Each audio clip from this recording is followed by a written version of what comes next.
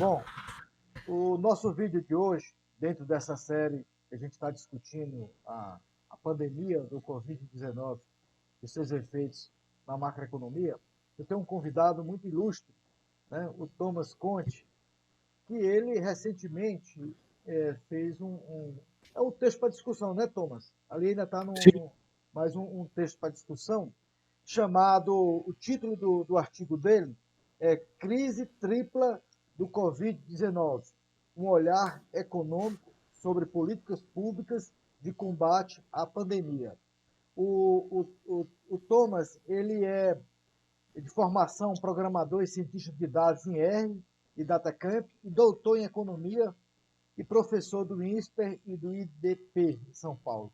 Então, o Thomas tem desenvolvido, está estudando bastante esse assunto, e esse estudo dele, esse documento dele, eu achei realmente muito interessante, um dos melhores que eu já li, né, recentemente, que tratam a questão da pandemia do Covid-19, olhando vários aspectos. O documento dele, Thomas, como é que a pessoa pode ter acesso ao teu documento? Porque eu vou colocar aqui na tela o título do artigo, mas como é que pode, inclusive, para a contribuição do seu trabalho?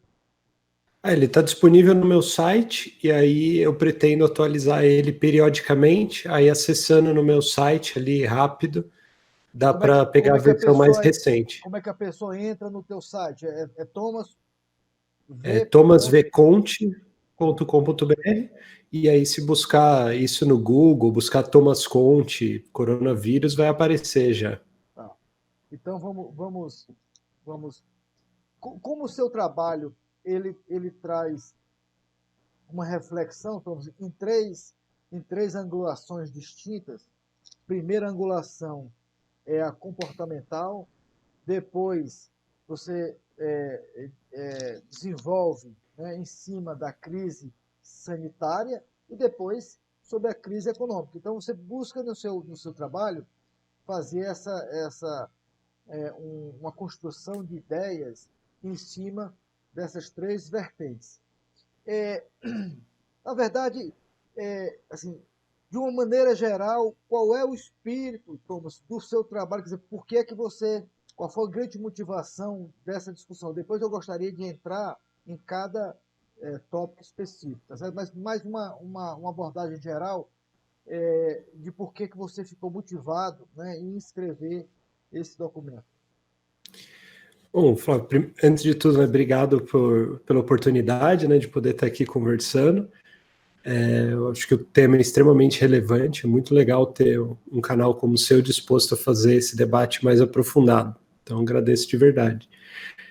A motivação do meu estudo, principalmente, foi um pouco de uma insatisfação que eu tinha de olhar para o debate público, ver o posicionamento das pessoas e ver que muita coisa não estava sendo dita. Muita coisa sendo colocada de forma incompleta, muita informação errada ou incompleta sendo passada para frente. E isso foi gerando uma angústia. Eu falei, não, eu estou lendo, acompanho as notícias do coronavírus desde o fim do ano passado, mas eu mesmo só tomei noção da gravidade do tema ali no meio de fevereiro, quando eu vi uma primeira notícia que falava claramente da taxa de hospitalização. Aí eu falei, não, realmente isso é muito grave. E aí eu fui juntando notícias, e aí quando chegou num limite, eu falei, não, eu preciso escrever, pôr no papel tudo isso que eu estou estudando, Thomas, e veio daí. isso pode fazer a diferença entre a vida e a morte de uma pessoa, né? Esse tipo de informação, né? É um pouco isso também um pouco não, muito isso que me motivou. Eu falei, as pessoas estão subestimando o risco e se eu conseguir ajudar 3, 4 pessoas que seja, pode ter um Não, impacto muito grande. a gente vai ajudar muita gente, né? Eu acho que a nossa função aqui, você que escreveu o documento e a minha com o canal, é a gente divulgar, né, ideias consistentes, ideias é, que possam esclarecer a população e esclarecer as pessoas desse tema hoje, talvez com certeza o mais importante do mundo, né? Vamos começar pelo o primeiro bloco de ideias que você se refere como crise comportamental. Assim, no caso, quais são os elementos envolvidos nessa crise comportamental, né? E como é que a gente pode atenuá-los, né? Quer dizer, a pandemia tem um efeito direto no comportamento das pessoas, né?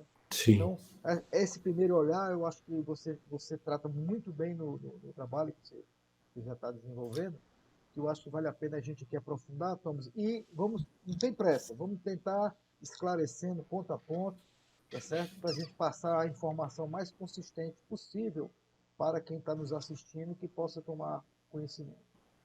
Então, o que é que você legal. chama de, né, de elementos comportamentais? O que está envolvido aí? Legal.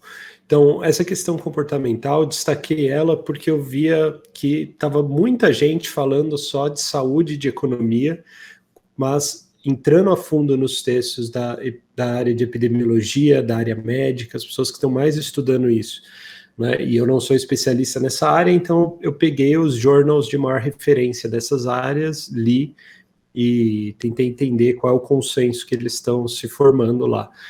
Fica muito claro que não existe uma alternativa eficiente de combate, seja ao problema de saúde, seja de combate à crise econômica, que não passe por uma profunda mudança de comportamento. Então, nos países da Ásia, alguns países da Ásia, como por exemplo Singapura, Coreia do Sul, Vietnã, Taiwan, que estão conseguindo conter essa crise melhor, eles já sabiam disso por experiência com outras pandemias e, enfim, por outras questões institucionais que eles têm lá e a gente não tem aqui, eles se adaptaram mais rápido para isso. O que eu quero dizer com adaptar mais rápido? Você tem uma ideia, em Singapura, em janeiro ainda, eles fizeram dias, quase uma semana de quarentena antes de ter o primeiro caso de coronavírus no país. A ideia era a população treinar para ela ter uma experiência do que seria uma quarentena, para quando for necessário ter uma quarentena, todo mundo já saber como se comportar. Então, é nesse sentido, né, eles uma consciência muito maior de que o caminho eficiente de resposta passa pela colaboração das pessoas. Da onde que isso vem dos textos da epidemiologia e da medicina? Isso vem do seguinte: todas as medidas para tentar achatar a curva, ou todas as medidas que você mantém um comércio funcionando, elas dependem da taxa de contato entre as pessoas, né, do número de vezes que o vírus encontra uma oportunidade de ser passado para frente, ser pequeno. A média do coronavírus é muito grande, o R0 dele. Então, a não ser que você consiga reduzir isso com mudanças comportamentais, mudanças em regras sanitárias, você não vai conseguir ter os comércios abertos sem ter uma crise muito grande na saúde. E se você quer fazer um distanciamento social de qualquer tipo, como que a gente está fazendo aqui, de fechar algumas atividades, né, falar para as pessoas ficarem em casa, se 10% das pessoas de uma cidade inteira ignorarem essas regras e agirem como se não tivesse nada acontecendo, isso pode ser suficiente para estragar a maior parte do impacto das pessoas que estão fazendo tudo certo, porque o comportamento do vírus não é linear. Então, esses 10% têm um impacto marginal muito grande.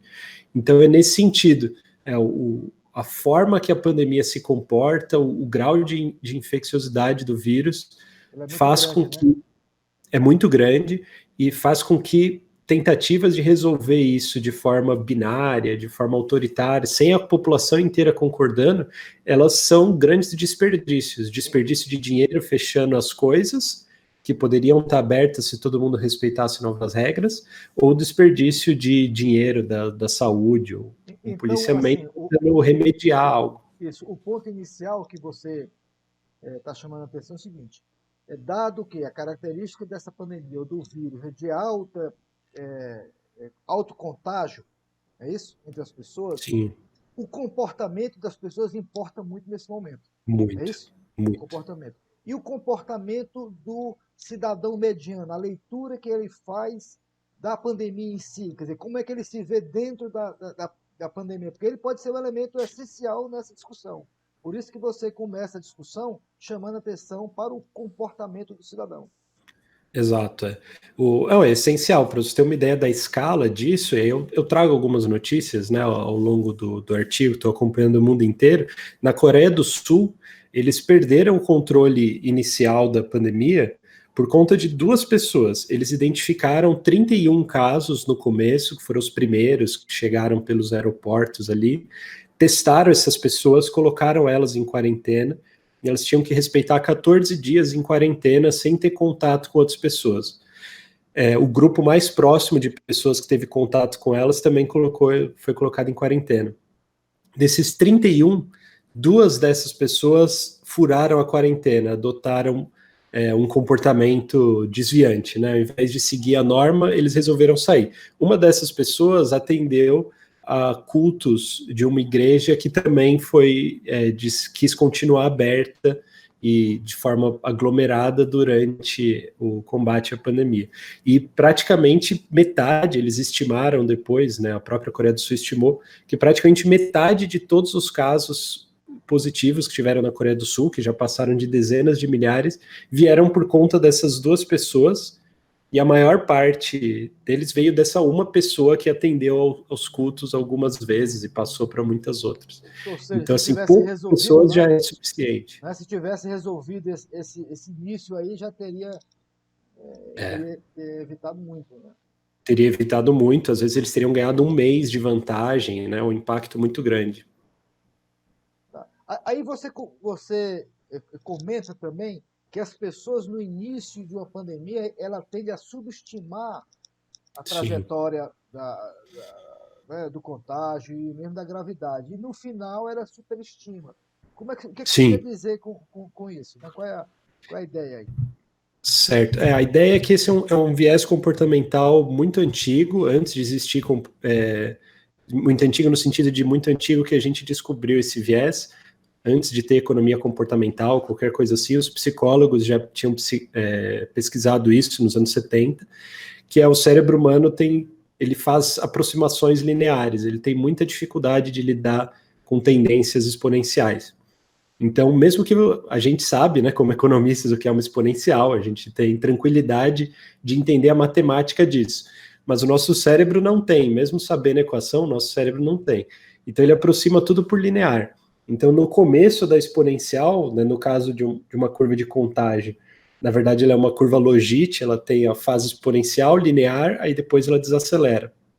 Na fase inicial, as pessoas vão aproximar de uma linear. Essa linear, ela projeta lá para frente como se o problema fosse pequeno. Então, elas não agem como se o dano fosse grande.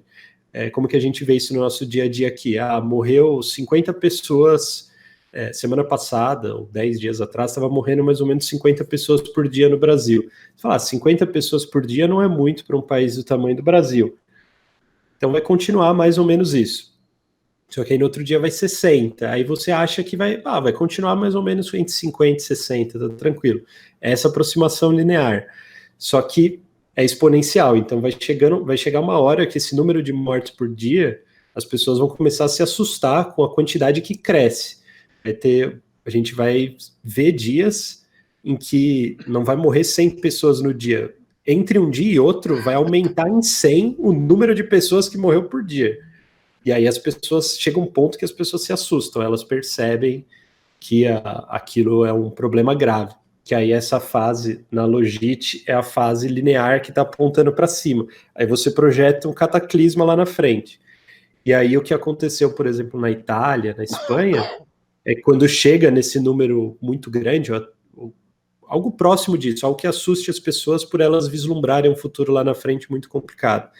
Aí as pessoas aceitam melhor adotar medidas mais radicais, como um isolamento forte. Só que aí, quando chega nesse ponto, o isolamento também é menos eficaz. Então, o ideal seria adotar antes. Só que as pessoas não vão querer antes, porque antes elas vão achar que é um problema pequeno. Esse é o dilema que a gente tem. Né? Então, sempre tem o viés do imediatismo, né? Sim. O que é mais eficiente é prevenir, só que o momento que é mais eficiente prevenir, a maior parte das pessoas vai achar que o problema é pequeno. Aí, quando já não for mais eficiente adotar essa forma de prevenção, as pessoas vão estar dispostas a aceitar, porque elas vão perceber que o problema é muito grande. Pois é. É o dilema que a gente está hoje. Né? Nesse início da pandemia, não só o cidadão mediano, mas os próprios governantes também eles estão sujeitos a esse viés. Eles tentam minimizar o problema. Isso aconteceu na Itália, aconteceu na Inglaterra, nos Estados Unidos, inclusive continua acontecendo aqui com o nosso presidente. Ou seja, o momento que você precisaria de uma liderança para tomar a consciência grave do problema, o próprio governante ele faz parte dessa subestimação, não é isso também? Pois é, exato. Os governantes também estão sujeitos ao mesmo viés e eles também estão sujeitos a essa questão. Numa democracia, você quer a aprovação das pessoas. O que é mais eficiente é adotar o quanto antes as medidas preventivas. Só que quanto antes você adotar, mais as pessoas vão achar que você está exagerando. Então, isso não vai ser popular. Então, tem esse dilema para os governantes também. Eles estão sendo pressionados a agir rápido, agir com antecedência, baseado em ciência, coleta de dados, o máximo de evidências empíricas, agilidade, que é todas as coisas que os governantes, em geral, não estão acostumados a ter que lidar, no Brasil, muito menos, e também estão acostumados a ver a resposta. No governo, em geral, você vê a resposta dos planos de governo em anos, né? Tanto que tem governos que a consequência do que eles fizeram na gestão deles só vai ser sentida pelo próximo governo. Mas no caso do coronavírus, você tem que fazer todas essas mudanças de comportamento dos governantes rápido e você pode ver o resultado disso dali um mês. Então, uma pressão muito grande e sujeita a todos os vieses do cidadão também. E eles adotarem o isolamento social no início, politicamente, inclusive, é uma agenda muito negativa para eles, né? Eles rejeitam esse comportamento. A gente viu nas principais democracias no mundo, eles rejeitam isso. Sim. Né? Mas o custo vem depois, inclusive. Sim. Eu não consigo ver outra forma de adotar uma medida preventiva grande que seja, por exemplo, usando estudos científicos. Eu não acho que a população vai ser convencida, né, pensando de forma pragmática, usando estudos científicos para mostrar do dano lá na frente, porque o viés é muito forte. Eu acho que teria que ser com cenas de outros países. Pegar e mostrar o que aconteceu com a Itália, como que foi semana a semana, como que está sendo os hospitais lá na Espanha. Isso acho que choca mais, faz as pessoas... Agora, como é que nesse viés comportamental, como é que você convence as pessoas que elas precisam se comportar de uma maneira que faça sentido dentro de uma pandemia com esse grau de gravidade? Você precisa convencer as pessoas. Né? Sim. Porque por ações autoritárias até fica mais difícil. É isso? Não vai funcionar, né? Na verdade, não funciona. Tem que ser por convencimento.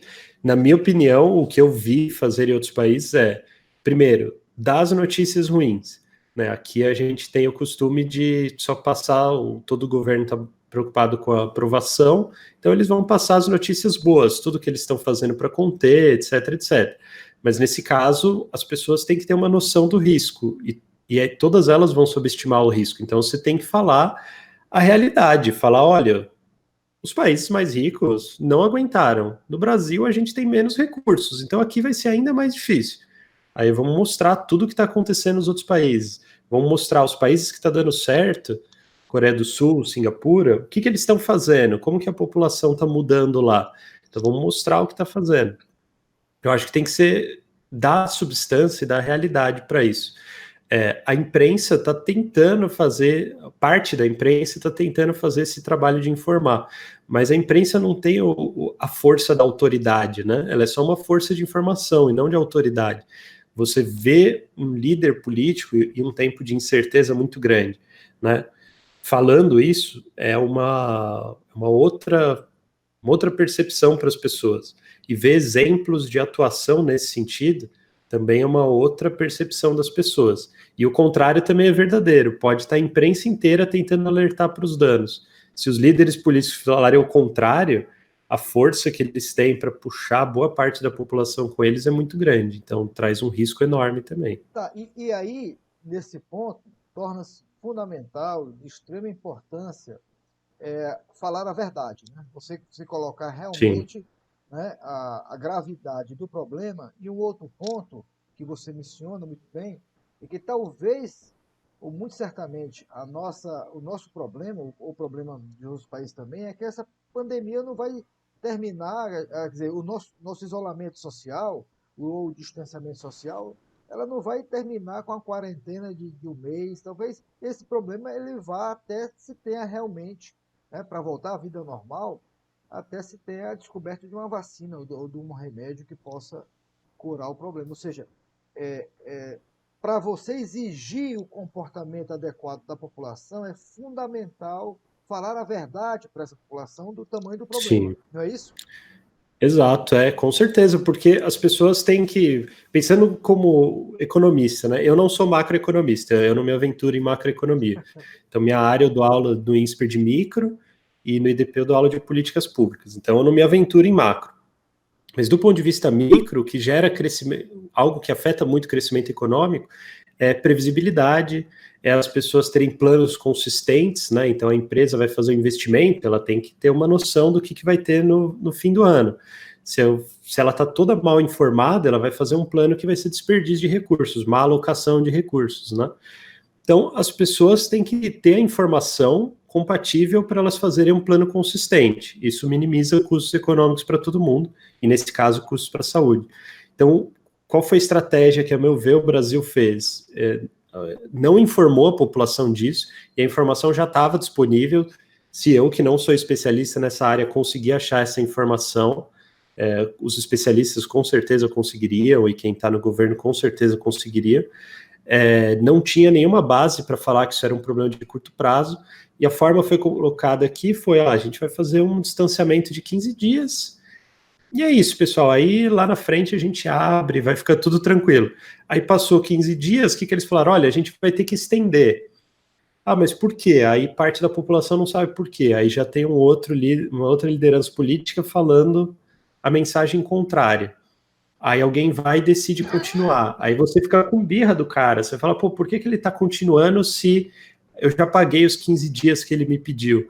Quer dizer, a pessoa, cada nova renovação disso vira uma frustração, porque a pessoa está se planejando para dali 2 semanas voltar. E a culpa disso não é só da pessoa, ela não é obrigada a saber como que funciona o coronavírus. Até 2 meses, 3 meses atrás, ninguém sabia. Então, tem que falar para ela, olha, os costumes tranquilos não vão voltar de se abraçar, cumprimentar todo mundo, etc. Isso aí não vai acontecer. O que dá para fazer é relaxar esse distanciamento, mas para isso tem que estar todo mundo em linha, né? E isso vai acontecer daqui a alguns meses, 1 mês, 2 meses, se a gente fizer tudo certo. Então, isso já tinha que ter sido falado para o empresário se planejar, para as famílias se planejarem, todo mundo se planejar, né?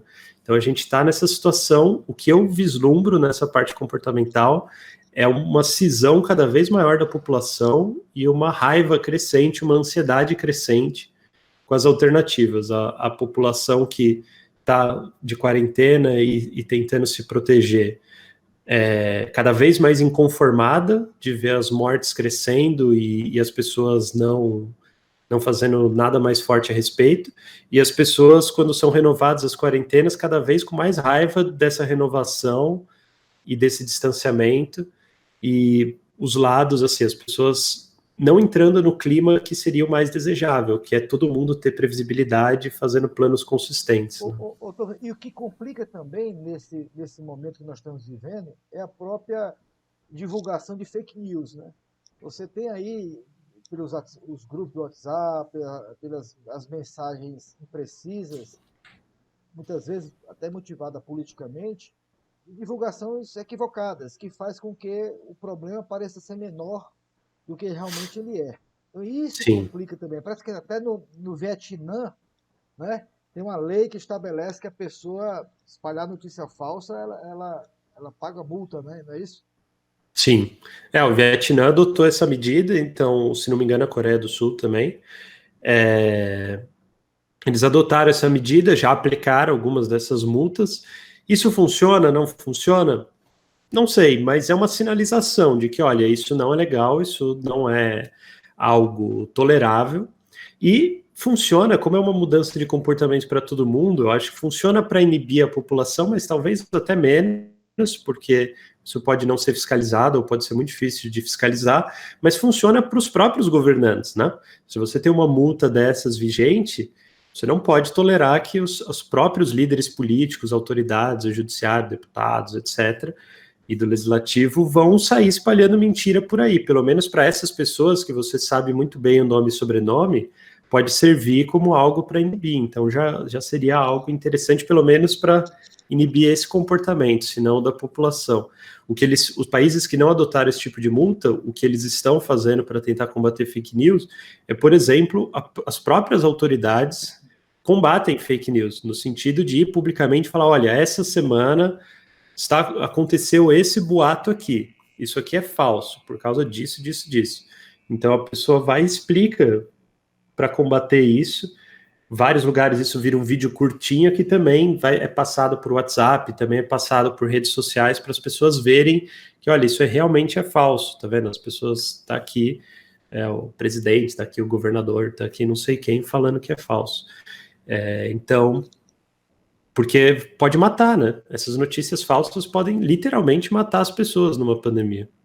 Agora, no caso brasileiro, e para a gente fechar essa primeira parte do seu trabalho, a parte comportamental, no caso brasileiro, a gente vê, por exemplo, o governador de São Paulo preocupado, exigindo, né, que o distanciamento social atinja pelo menos 70% da população. Ou seja, mesmo apesar dos apelos, também no Rio de Janeiro também está acontecendo isso, vários estados, mesmo com os apelos, as pessoas elas têm dificuldade de realmente se convencerem que aquilo dali é uma situação séria.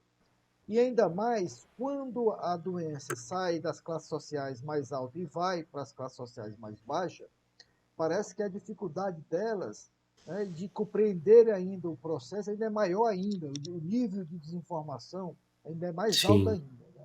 Então isso coloca quer dizer, o Brasil numa situação até mais grave que outros países, dado que o nosso nível educacional é mais baixo. Né? Quer dizer, com como é certeza. que reverteria isso? Né?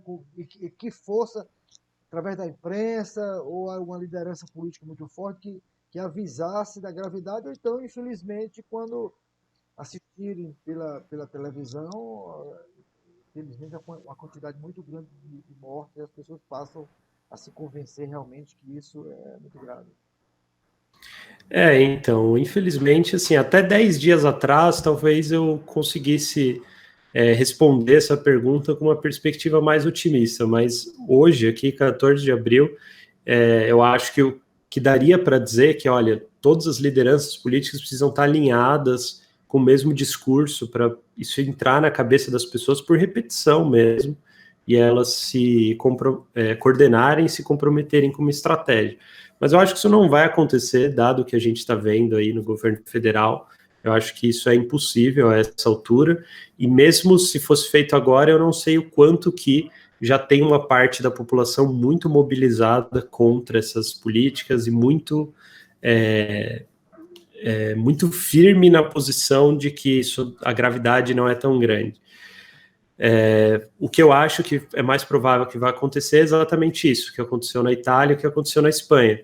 As pessoas não são convencidas a tempo, aí em algum dia vai ter alguma notícia muito dramática, com cenas muito fortes, pode ser algo como aconteceu na Itália, de um comboio funerário do exército, pode ser na Espanha, você vê as imagens dos hospitais, os médicos, enfermeiras tendo que se vestir com um saco de lixo, porque não tem mais nada, pode ser, como no Reino Unido, a conversão de um aeroporto, parte do aeroporto para virar um necrotério, que é algo que assusta bastante também, ou como no Equador, que é corpos jogados nas ruas, corpos ficam 4 dias em casa esperando ser retirados, aí chegam notícias disso, aí bate, todo mundo fala, realmente. Então, E aí, e a nossa situação se torna mais complexa ainda, porque o Brasil nunca viveu uma pandemia nesse nível, nem perto, E segundo, que também a gente não tem um histórico de um país, de uma guerra no nosso país, né? Pois é. Então, esse grau de mobilização social, comportamental, de aceitar, né, uma realidade distinta daquela que o cidadão mediano vem no seu dia a dia, é muito difícil as pessoas se convencerem disso, né? Quer dizer, Sim. talvez o aprendizado vai ser pela a melhor maneira possível, né? Isso que você tá relatando, né? Infelizmente, eu acho que a gente está caminhando para isso. Daria para aprender antes? Eu acho que sim, sendo bem sincero. Se pegar as estatísticas ali da primeira semana que foi adotado as medidas de distanciamento, elas começaram com uma aprovação bem ruim, por volta de 50%, mas aí passou a questão de 7 dias, 10 dias, começou a aparecer notícias ruins de outros lugares do mundo, já tinha subido para mais de 70%, estava chegando em 75% de concordância das pessoas com aquilo. E aí teve o primeiro pronunciamento do presidente, né, depois que foram adotadas essas medidas, onde ele fala lá por 5 minutos do histórico de atleta, tudo, e dali em diante as pesquisas foram mostrando que a cada dia foi caindo um pouco mais essa aprovação. Então eu acho que se houvesse esse alinhamento, né, se o primeiro discurso do presidente, né, grande, em nível nacional, fosse algo mais próximo do que todos os outros líderes mundiais fizeram, eu acho que se a gente ainda teria a chance de dar errado, fazendo tudo certo, ainda teria a chance de dar errado, justamente por essa falta de experiência, né? Você bem apontou. Mas, como foi por outro lado, eu acho que se reforçou essa questão da gente não ter essa coesão, né? Acho que teve uma janela de oportunidade ali, mas foi perdida. Tá, vamos para o segundo viés que você coloca no seu trabalho, que é você fala sobre a crise sanitária. Então, você tem uma crise comportamental, quer dizer, uma situação comportamental que não ajuda, especialmente estou falando aqui do brasileiro, que não ajuda a Sim, enfrentar o problema, mas aliada a isso, a gente tem uma crise sanitária muito grande, né? A falta de leitos, hospitais. Então, sim. quais seriam quer dizer, além da gente constatar a existência da falta de uma oferta adequada, aliás, pode até ter uma oferta adequada, mas para o tamanho da pandemia, você faz até uma conta, se nós temos 200 milhões de brasileiros, se 10% fossem infectados e precisasse de leitos, nós estaríamos falando aí em 10% de 200 milhões, estaria falando de 20 milhões de pessoas. Não, por aí. Então você não tem. 20 milhões de pessoas infectadas, aí em leitos, isso daria, chutando por baixo aqui, 2 milhões de leitos, e cada pessoa fica, quando entra nesse estado de gravidade, precisa de um leito, fica em média 10 dias se é um caso leve, fica em média 14 dias se é um caso mais grave. Então, assim, a Então, pandemia pega o Brasil do lado da oferta de saúde também muito debilitado, né? sim. Sim, exatamente. Nenhum país do mundo tem condição de lidar com a epidemia na velocidade máxima. O sistema de saúde não aguenta, ele não foi feito para isso. Então, nisso o Brasil não é exceção.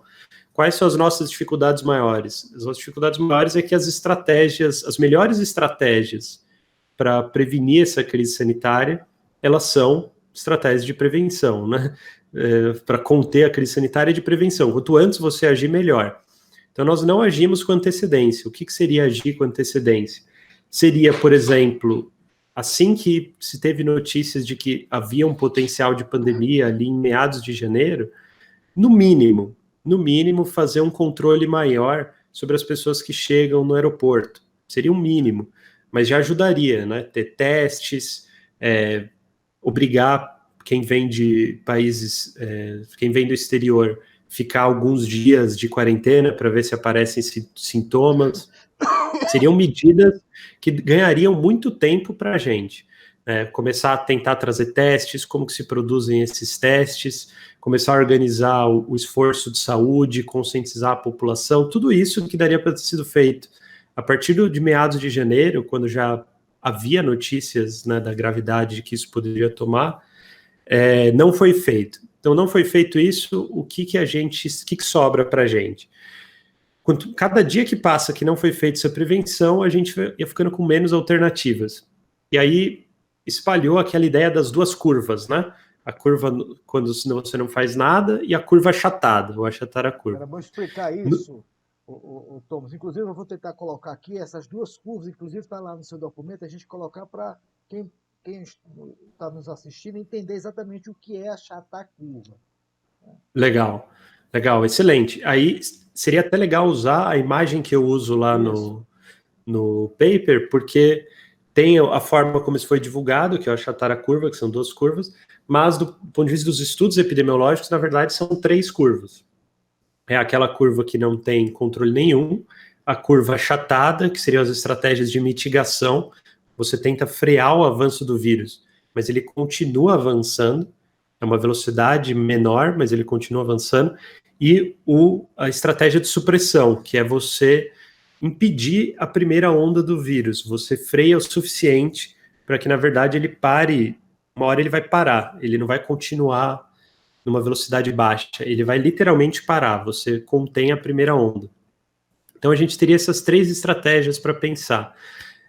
A estratégia de você frear a curva, mas ela continua, que é a que a gente está adotando agora, né, um distanciamento que não é o mais forte, ele é um distanciamento moderado, a população não está inteira comprometida com isso, então um distanciamento moderado, não é o que a Itália fez, não é o que a Espanha fez, não é o que a China fez em Wuhan, moderado. Para você conseguir fazer isso com custos baixos, você teria que estar todo mundo comprometido, ter muitos testes, conseguir isolar rápido. Então a pessoa começou a apresentar sintomas ou nem tem sintomas, mas acha que foi exposta, testa, deu positivo, ela se isola 14 dias, comunica para o grupo de contato próximo dela, isola essas pessoas também, e aí você vai tentando sufocar cada foco que o vírus aparece, e aí você consegue manter a maior parte das coisas abertas. A gente não teve o preparo para ter teste suficiente, a gente é o pior país, dos grandes países, a gente é o pior país em fazer teste, né? Então a gente também não tem essa estratégia. Então, sobram muito poucas alternativas. A gente fica com uma política pública de mitigação que é super custosa. Né? Como? Os leitos de campanha, né, que estão abrindo leitos emergenciais. Leitos de campanhas que, assim, praticamente todo o país vai ter que fazer alguns, né? Está fazendo alguns, mas é super custoso de fazer. Se desse para evitar fazer isso, seria muito bom, porque é super custoso de se fazer. Mas as estratégias mais eficientes a gente foi perdendo tempo, isso que é duro da questão da pandemia. O vírus avança muito rápido e todas as estratégias dependem do momento que você coloca elas. Só para dar um parâmetro aqui, em Singapura, que eles controlaram desde o começo, começou nos aeroportos e depois todos os focos, testes em massa, etc. Eles agora, desde o dia 7 de abril, estão adotando quarentenas de fechar comércio e fechar parte das escolas, porque eles ficaram preocupados que mesmo testando todo mundo e mesmo isolando todo mundo que testa positivo e comunicando a rede de contatos próxima dessas pessoas para fazer isso também, 50% dos novos casos positivos que estavam aparecendo, eles não conseguiam traçar a rede de contatos dessa pessoa e identificar de que rede de contato veio aquela nova infecção. Ou seja, metade das pessoas, eles conseguiam dizer da onde estava vindo, quem foi o cara, né? Ah, esse cara deve ter pego porque ele tem um amigo em comum ou tem um familiar em comum com aquele outro que já pegou. Metade eles conseguiam, metade não, e para eles isso era preocupante o suficiente para adotar a quarentena, mesmo tendo muito poucos casos e quase nenhuma pessoa morreu por conta do coronavírus. Então aqui a gente não tem nada próximo disso. Então a gente tem pouquíssimas alternativas, essa é a nossa situação. A gente fica entre uma mitigação extremamente custosa e uma supressão que cada dia que passa se torna mais ineficiente, que seria para tentar frear esse vírus e organizar a casa para conseguir abrir com uma estratégia de mitigação eficiente, que seria com testes para todo mundo, a população toda organizada, né? Coordenada para evitar as aglomerações e todas as regras de higiene. Basicamente essas opções que a gente tem. Além da crise sanitária, a gente volta já para ela, mas também a própria crise que você chama crise funerária, que é o mais grave ainda. Né? porque aí realmente é o fundo do poço, porque você não tem É, nem como enterrar seus mortos. Isso foi visto na é Itália isso. também e no Equador, Dá né? até arrepio quando a gente fala disso, que é um trauma, né? A gente nunca passou por isso no Brasil. Esse ponto, inclusive, é a minha principal discordância. Eu estou fazendo um texto só para isso. Esse meu texto do estudo é muito longo. Então, eu estou fazendo um texto só para tocar nesse ponto, que é os modelos econômicos, modelo econômico, entre aspas, assim, a forma de colocar um problema que estão fazendo, dessa oposição entre saúde e economia, né, tem duas curvas, uma curva de conter a pandemia e uma curva de o que acontece com a economia. Não sei se chegou a ver isso. Isso. O, o próprio Banco Central divulgou, né? Ó, aqui, sem lockdown, sem medidas de isolamento, a gente vai ter um número grande de infectados e de mortos, mas a recessão vai ser pequena. Se a gente adota as medidas de isolamento, a gente vai ter a curva achatada, mas vai ter uma recessão Longa. grande, Como né? se Grande, existisse longa, uma escolha entre uma opção ou outra, né? uma opção ou outra. Aí, qual que é o grande problema disso, que na minha opinião é um absurdo as pessoas estarem pensando nesses termos? É que elas estão, por trás desse modelo, está implícito que naquela curva onde as mortes crescem no potencial máximo dessa pandemia, que o brasileiro aguenta. Que o brasileiro aguenta olhar para isso, para não ter como enterrar as pessoas. Olhar para valas comuns, olhar para enquanto é números, as pessoas até dão um jeito de lidar com isso. Mas quando você começa a ouvir de um amigo, de um familiar, de alguém mais próximo, e aí você fala, putz, a pessoa ficou 30 dias no hospital sem receber visita, foi enterrada sem funeral, e aí de repente você ouve de alguém próximo de você que não recebeu visitas por não sei quantos dias, ou foi fechada a porta no hospital e o corpo da pessoa está na casa de um amigo seu por 2, 3 dias e ninguém sabe o que fazer com isso, pô, isso é um nível de terror social absoluto. Não, É, não tem, eu acho que não tem sociedade que consegue acordar para trabalhar no outro dia com isso e acontecendo. certamente Então, esses efeitos, eles iriam continuar por muito tempo. Quer dizer, esse trauma que geraria na sociedade, né?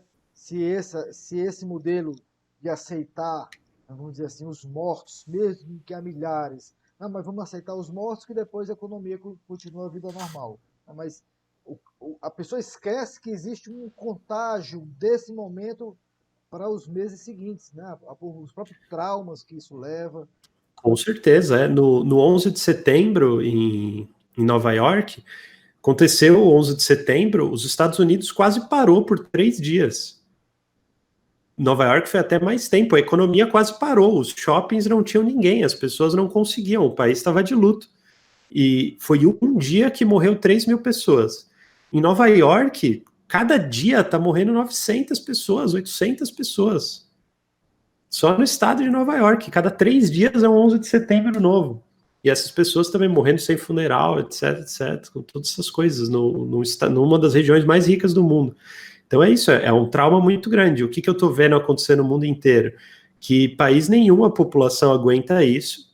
E aí, quando começa a chegar essas notícias, elas falam, cara, faz qualquer coisa, mas faz parar isso, eu não aguento mais ver isso.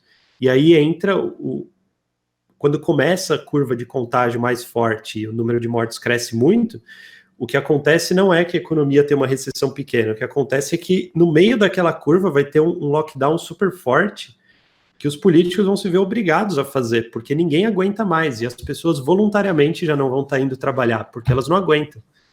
E aí você vai adotar isso, e aí vai ter uma recessão pior ainda, porque agora você vai ter que fechar tudo mais forte do que a gente está fazendo agora, com todo mundo vendo notícia todo dia sendo bombardeado de crise sanitária, crise funerária. Então é isso que eu estou muito preocupado com o cenário agora, que as pessoas estão achando que o brasileiro é feito de aço, que as pessoas não choram, né? Que as pessoas vão. E algumas soluções que aparecem, como, por exemplo, o isolamento vertical, tá certo? É como se pudesse, por exemplo, isolar os mais idosos de uma residência e aí segue a vida, né? Então isso também talvez possa ser muito pouco proveitoso isso, especialmente nas características domiciliar no Brasil, né? Esse que é o problema. Esse que é o problema. Se você pegar, por exemplo, a Suécia, por volta de 80%, eu busquei essa estatística, né? Tinha notícias, acho que saiu no Financial Times falando, por volta de 80% dos idosos, pessoas acima de 60 anos, 65 anos, né, na Suécia, eles têm casa própria.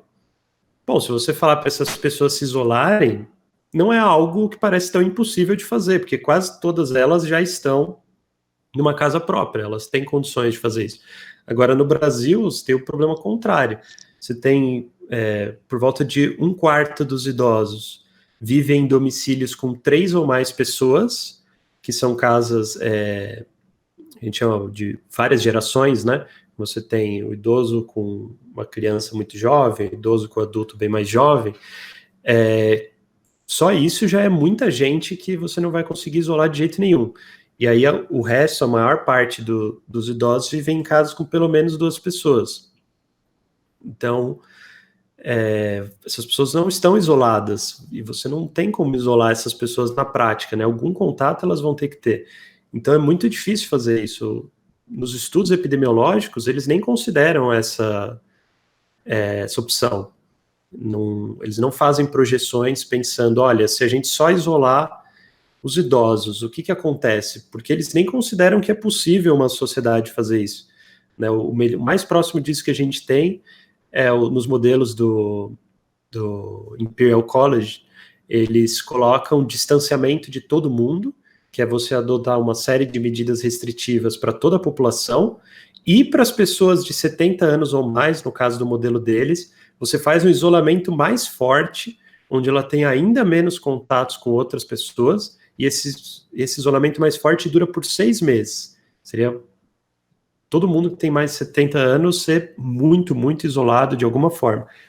Mas isso, com os outros se isolando também. Então, eles nem consideram isso. E isso é mais forte ainda no Nordeste, onde as famílias, grande parte das famílias vivem com o benefício da aposentadoria rural, BPC, pensões, e as famílias são aglomeradas em torno daquele recurso, por exemplo, que é recurso escasso, família pobre. Então, isso que você está dizendo, aqui no Nordeste, eu estou em Fortaleza nesse momento, isso é mais intenso ainda, é mais preocupante ainda. Você não acha? Sim, com certeza. Todo o Nordeste tem esse perfil muito mais forte, e no Rio de Janeiro, a região ali todas as favelas do Rio de Janeiro, o perfil demográfico é basicamente esse, com o agravante de que a densidade populacional dessas favelas no Rio de Janeiro é muito maior do que até no Nordeste. Né? Tem favelas do Rio de Janeiro que a densidade populacional está entre as maiores do mundo, né, de pessoas aglomeradas num lugar só, com esse perfil de domicílio. Então isso é uma bomba, né? Isso é uma bomba. Só falta um pavio ali para. Não chegou lá ainda, né? A pandemia ainda não avançou nessa direção. Essa que é a preocupação principal. Né? Pois é. Ela não.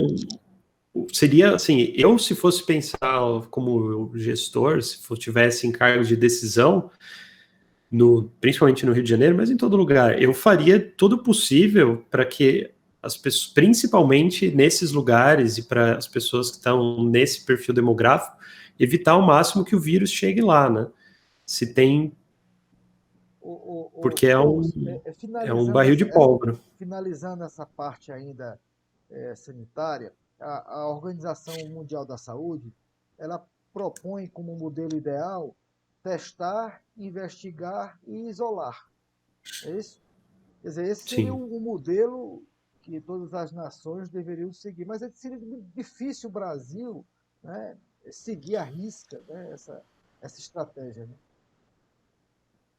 Seria muito difícil, então a gente já teria um desafio gigantesco, mesmo fazendo todas as estratégias de prevenção, pensando muito na frente, já seria um desafio gigante. Como não foi feito, qual que é o problema que a gente tem? O vírus cresce a uma velocidade diária muito grande. Né? Imagina se vamos pensar não, por analogia, vamos pensar que o Brasil é uma grande empresa, né? E que a gente tem que decidir o que fazer com os custos dessa grande empresa. O coronavírus, para essa empresa, representa um item lá da contabilidade dela, de custo, que cresce de 10% a 30% ao dia. Não tem empresa nenhuma que aguenta um custo que aumenta 10, 30% ao dia. Isso aí tem que acabar, não pode ficar um mês com isso correndo que a empresa é destruída, mesmo a maior empresa. Então, a parte dos testes é a mesma coisa. Enquanto tem poucos casos para você rastrear, se você conseguir conter o vírus ali e conseguir aumentando a sua capacidade de teste, você consegue achar uma parte ali do tempo que dá conta de ir relaxando algumas restrições e acompanhando essa velocidade do vírus. Como a gente não fez isso no começo, com a quantidade de infecções que estão acontecendo hoje no Brasil, esse crescimento de 10, 30% ao dia do vírus, a gente não tem capacidade para expandir os testes na velocidade que o vírus expande. Então, sim, já foi. A estratégia que a gente adotar daqui para frente, ela precisa ser uma estratégia que os países desenvolvidos vão conseguir adotar, né? Eles vão conseguir. Então a gente não vai poder se basear neles. O Brasil e a Índia vão ser os dois grandes países que vão ter que lidar com isso sem ter essa alternativa. Então a gente tem um desafio muito maior nas mãos. E nós temos, do ponto de vista científico, olhando para a economia, poucos estudos que possam comparar isolamento vertical, isolamento horizontal. Talvez o que é mais parecido com o atual momento é a gripe espanhola de 1918 e 1919. E aí um estudo do Federal Reserve nos Estados Unidos, do MIT, eles, de alguma forma, eles criaram, né, grupos de tratamento e controle. Aquelas cidades que se isolaram mais rapidamente, elas, no futuro, nos meses seguintes, elas tiveram maior velocidade de sair e o crescimento ser mais intenso, né? Quer dizer, nós temos uma evidência científica para isso. O isolamento vertical você não tem nenhuma evidência, né? Não tem, Pois é. Isso, e o governo chegou a admitir isso, saiu uma notícia, eu acho que eu até cito no estudo, que os governadores pressionaram o governo federal para falar, tá, vocês querem esse isolamento vertical, mas qual é a base disso? E aí o governo federal literalmente falou, não é uma questão de estudos, é uma questão de princípio. Agora, então, assim, dada a situação, né, dado o diagnóstico, o que é que se pode fazer para mitigar, né, a crise sanitária? Quer dizer, alguma coisa de política pública tem que fazer, né? Não pode estar assistindo. Sim. Né? Eu acho que dada a situação que a gente está agora, o mínimo, eu não vou falar do ótimo, porque eu acho que envolve muitos cenários políticos difíceis de controlar. Então vamos falar do mínimo. Eu acho que o mínimo que teria que ter era parar de tentar, todo mundo teria que parar de tentar convencer a população de que o risco é baixo, né? Então, e tem gente fazendo campanha para isso, de tentar falar que o pico já passou, tentar falar que ainda tem gente comparando com a gripe, como se a gripe fosse fazer o que está fazendo com os Estados Unidos, né? Pelo amor de Deus, assim, não... Mas teria que parar com tudo isso para convencer a população de que é grave. Aí, com a população convencida de que é grave, você adotar novas regras sanitárias em um ritmo super expresso, assim. Então, todos os comércios, tudo que tiver aberto, todos os funcionários, colaboradores têm que ter máscara, distância em filas, 2 metros, todas as filas.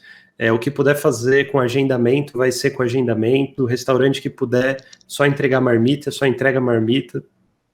Novas regras sanitárias para tudo e uma população convencida que o risco é gravíssimo, para pelo menos, seja quais forem as outras políticas públicas que a gente fizer, a gente não tenha a própria população jogando contra e não tenha que recorrer a algo que simplesmente não funciona, que é medidas autoritárias, né, como a gente está vendo no governo de São Paulo tentar fazer, né, tentar usar a polícia para coibir as pessoas.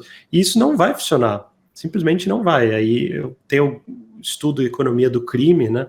Tenho até um artigo publicado, tem outros que estão aí sendo submetidos nessa área. Isso não vai funcionar nunca, porque o efetivo da polícia foi feito para pegar um percentual muito pequeno da sociedade, que são as pessoas que cometem crimes. E o batalhão é todo dimensionado para isso. Nenhum batalhão foi dimensionado para manter todo mundo em casa. A polícia não tem escala para isso. Então, você não tem como implementar, aí as pessoas sabem que não tem como, e aí elas acham absurdo você tentar fazer isso, e aí se você tenta fazer, você cria imagens de autoritarismo, aí esse autoritarismo, essa injustiça vai tirar pessoas do isolamento, porque elas vão achar que isso é muito injusto, vai dar ganho de causa para o outro lado. Então, assim, no mínimo tem que convencer todo mundo que é grave e mudar comportamento, é o mínimo. E basta uma filmagem de celular de uma ação autoritária da polícia com alguém que não está... que isso viraliza e vai jogar contra. Joga contra, nossa, e aí assim, se tirar 100 pessoas de casa, você matou muita gente, porque essas 100 pessoas, cada uma vai infectar mais 2, 3, essas duas, assim, não dá, não tem como. Vamos agora para o terceiro viés, vamos dizer assim, o terceiro olhar que você desenvolve no seu trabalho. Voltando, o Thomas escreveu um texto para discussão, quer dizer, ainda está em elaboração e aperfeiçoamento, não é isso, Thomas? Mas é um trabalho muito interessante, só repetir, crise tripla do Covid-19, um olhar econômico sobre as políticas públicas de combate à pandemia, onde ele procura olhar o problema do ponto de vista comportamental, sanitário e agora o ponto de vista também econômico, né? Que é o grande debate. Inclusive você já fez referência aqui do suposto viés, ou salvar vidas ou salvar a economia, como se as duas coisas não tivessem interligadas, né? Então vamos lá entrar nessa terceira discussão aí da crise econômica, né? Quer dizer, seria inevitável a recessão que a gente vai passar e está passando? Pois é, acho que esse é o primeiro ponto que as pessoas tinham que ter claro para discutir a questão econômica.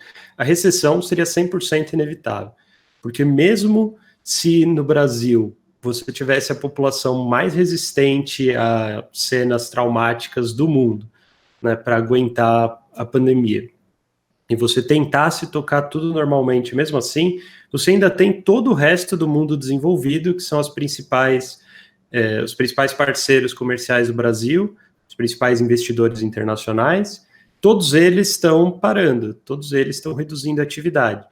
E isso tem impactos para a balança exterior do Brasil, tem impactos econômicos gigantescos para o Brasil, então a gente já estaria numa recessão. Supondo que o Brasil fosse blindado ao vírus, nenhuma pessoa aqui fosse infectada e todo o resto do mundo está infectado. A gente dificilmente teria crescimento esse ano, porque todos os nossos parceiros comerciais vão estar passando por dificuldades imensas e isso teria repercussões internas. Então, esse é o primeiro ponto. Né? As pessoas, eu acho que criaram um apego, que a gente chama em economia, né, de economia comportamental, de sunk cost. Né? As pessoas fizeram gastos econômicos em planos para esse ano, investimentos em ações, investimentos em opções, fizeram planejamento estratégico de empresas, fizeram investimento político em uma série de candidatos, em uma série de apostas, seja em nível federal, seja para as eleições desse ano, e elas tinham a projeção desse ano começar a ser o primeiro ano com um crescimento mais expressivo, e elas não largaram mão dessa perspectiva, né? Elas continuam achando, e eu vejo isso nas notícias econômicas, que existe pessoas achando que é possível que esse problema desapareça e que se ele desaparecesse, o Brasil cresceria. Eu acho que é uma ingenuidade muito grande, porque, por conta disso, mesmo se você supor que o Brasil fosse blindado, e ele não é, o resto do mundo está passando por dificuldades imensas, o Brasil vai ser empurrado para baixo junto. E também um outro agravante é a possibilidade de desorganização das cadeias produtivas e das cadeias de suprimento. Né? Sim. Esse problema, eu acho que assim, eu até amanhã eu vou participar de uma live do Ministério da Justiça e Segurança Pública, falando sobre a parte de preços, né, preços durante a pandemia e essa questão das cadeias produtivas. Porque como o mundo inteiro está mudando ao mesmo tempo, né, está passando por isso ao mesmo tempo, você tem as cadeias produtivas internacionais que estão sendo interrompidas. Exportações, se você sempre contou com elas, né, de outros países, podem não vir. E isso altera a forma como todos os negócios aqui estão organizados. Aí, além disso, você tem governos estaduais que cada um está adotando as medidas de isolamento à sua própria maneira, passando decretos novos todo dia. Aí você tem prefeituras que também estão passando as políticas dela de isolamento, cada uma à sua maneira. Isso também cria mais incerteza ainda. Então, é um desafio muito grande para as redes de logística, para a gestão de fornecedores, você no meio de tudo isso mudando ao mesmo tempo e mudando todo dia, você conseguir manter um fluxo, né? Esses negócios que são essenciais, que ainda estão abertos, mas todos os outros, você conseguir manter o fluxo de fornecimento. E aí, isso acontece em períodos de guerra e isso acontece também na pandemia. E aí, não dar atenção para isso, não fazer estratégias preventivas para que um determinado circuito logístico, um determinada empresa ou setor que seja muito importante para uma cadeia produtiva-chave, né, perca o contato com as outras ou se desorganize, a empresa vá à falência, por exemplo, ou entre em recuperação judicial, são coisas que têm que ser vistas com antecedência, porque se isso acontecer, você tentar reparar esse dano depois que acontece vai tomar tempo, e aí esse tempo vai ser precioso para uma outra parte da cadeia produtiva, e ninguém sabe direito todas essas ligações, ninguém tem um mapa completo na cabeça. E reconstruir isso aí é muito custoso, né? Você reconstruir Muito, os fornecedores, reconstruir todo o sistema logístico, É realmente... muito difícil, e a questão da pandemia, o problema da pandemia, pode fazer com que seja impossível. Existe isso, que seria o risco do desabastecimento. Olha, não dá. A gente não consegue. Não dá para produzir isso. Pode acontecer. E aí É você tem uma perda de totalmente eficiência possível. muito grande, né? Como? Você tem uma perda de eficiência econômica muito grande. Sim, sim, muito grande. E pensar um país do tamanho do Brasil, né? Imagina, quem sabe qual que é a logística para levar as coisas lá para o interior de cada estado do Nordeste, né? Como que funciona, lá pro Tocantins, né? É um risco super grande de desabastecimento, né? De todas essas regiões, porque elas são distantes de tudo. Então, se der um problema e acontecer essa perda de eficiência, pode se tornar inviável economicamente, muito custoso, ou até impossível levar as coisas para lá. Então, isso é um risco gravíssimo.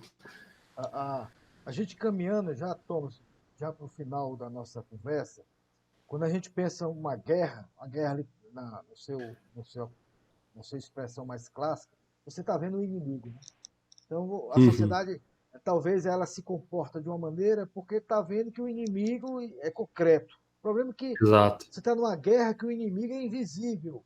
Então, Sim. você exigir que as pessoas se comportem numa guerra onde o inimigo não existe, né, ou é invisível ao olho, né, isso é muito mais complexo, né, para a nossa Muito. sociedade. O que vai exigir aí, talvez, vamos dizer assim, uma coesão social, um amadurecimento social muito grande para o brasileiro. Deixa eu te fazer uma maldade, né? Vamos lá. Se você pudesse tirar lições dessa pandemia para a gente, né? Quais seriam as lições que a gente vai atravessar por isso, infelizmente, vai haver todo, né, o que a gente pensou, vai haver muitas mortes, vai haver desorganização do sistema produtivo, mas em algum momento a gente sai do outro lado, né? Mas aí no meio do caminho, diante de todo esse processo, e especialmente os governantes, algumas lições elas precisam ser tiradas de forma permanente, né? Você poderia Justo. elencar algumas lições que talvez valeria a pena uma reflexão? Eu acho que a principal delas, que eu gostaria de ver, e aqui eu vou me dar ao luxo de ser super ingênuo, a que eu mais gostaria de ver seria nas próximas eleições, tanto municipais quanto eleições mais gerais, ver as pessoas mais preocupadas com a competência de quem elas elegem, né? A gente tem um jogo político que é muito propenso à questão do carisma, à questão do discurso, à demagogia, etc. Mas eu acho que seria muito bom se no meio de tudo isso as pessoas percebessem que a competência é importante, que ter pessoas qualificadas nos cargos é relevante, e que podem fazer toda a diferença, não só em momentos dramáticos como esse, que eu acho que destacam esse problema, mas em momentos de normalidade também, né? Você precisa de pessoas que sabem minimamente do que estão fazendo e não só supor que por você se identificar com determinada causa ou com determinada pessoa, ela vai ser uma boa executora, né, desse plano, enfim. E também, então, você como cientista de dados, talvez o governo tivesse uma preocupação maior em usar todas as novas tecnologias de Big Data, a aprendizado de máquinas. Existe toda uma revolução, né, no mundo da informação, que ela possa ser usado, né, em benefício do cidadão, como alguns países, Coreia, Taiwan, Singapura, e de alguma forma eles avançaram muito nessa direção e a gente ainda está muito aquém, especialmente no serviço público, não acha? Com certeza, acho que tem um espaço de aprendizado enorme e essa pandemia pode destacar isso também. Eu espero que, né, isso acabe ocorrendo, porque se isso não ocorrer, quer dizer que a gente vai ter enfrentado a pandemia descontrolada. Precisa ocorrer isso para a gente conseguir controlar a pandemia. Então, assim, eu torço muito para que, de fato, as pessoas aprendam isso. Eu, pessoalmente, a única coisa que eu agregaria nesse ponto é que, por exemplo, para os países muito desenvolvidos, né, como os países nórdicos, Estados Unidos, o Reino Unido, Singapura, enfim, Hong Kong, Coreia do Sul, para esses países muito desenvolvidos, eles praticamente não têm alternativa, digamos assim, eles precisam avançar por essa via dos dados, das ferramentas mais modernas que existem de pesquisa e de informação para conseguirem fazer políticas melhores. Por que eles não têm alternativa? Porque eles já estão na fronteira. Se eles não adotarem ferramentas novas, eles vão ficar parados onde eles estão. Como eles querem melhorar, eles querem dar ainda mais bem-estar para a população deles, eles precisam fazer isso. No caso do Brasil, que 50% da população ainda não tem saneamento, né? Uma série de coisas básicas a gente ainda não conseguiu fazer. Se não conseguir chegar nesse ponto que eu adoraria, né, que seriam políticas públicas mais baseadas em evidências, que pelo menos se baseasse nos bons cases internacionais, né, nas boas práticas internacionais e trouxesse para cá as coisas boas também. Né? Esse caso da pandemia me deixou muito triste com isso, porque todos os países do mundo que são desenvolvidos seguiram por uma linha. É algo que é um vírus, como você falou, né, um inimigo invisível, mas que também assim, ele não tem emoções, ele não tem lado político também, não é algo que dá para dizer que importam essas coisas. Mas mesmo quando o inimigo é um vírus, a gente conseguiu de alguma forma achar aquele jeito de falar que o Brasil é muito diferente, no Brasil não vai ser assim. Aí alguns falam da temperatura, outros falam que o brasileiro resiste demais a doenças, coisas assim. Eles falam, pô, até com uma pandemia dessa gravidade, existe o mito do Brasil excepcional, enfim. Mas tá bom, muito obrigado. Thomas, se quem está nos assistindo quiser contribuir com o seu trabalho também, pode lhe mandar e-mail com sugestões. Claro, com certeza. Então, no meu trabalho, eu até comento lá que todo mundo que quiser mandar críticas, sugestões, pode encaminhar para o meu e-mail. Eu estou em quase todas as redes sociais, sou muito fácil de encontrar. E o trabalho é um texto para discussão, está aberto. Então, quem tiver algo para compartilhar, uma fonte, algo para discutir, fico 100% à disposição. Tá bom. Muito obrigado e vamos ver se daqui a uns meses a gente volta a fazer um novo balanço aí do que a gente tá pensando agora, o que é que vai acontecer aí nos próximos meses, tá bom? Pô, seria incrível. Eu agradeço muito a oportunidade, Flávio. Foi uma conversa super legal. Eu agradeço a disposição de fazer uma conversa tão longa sobre esse tema, de verdade.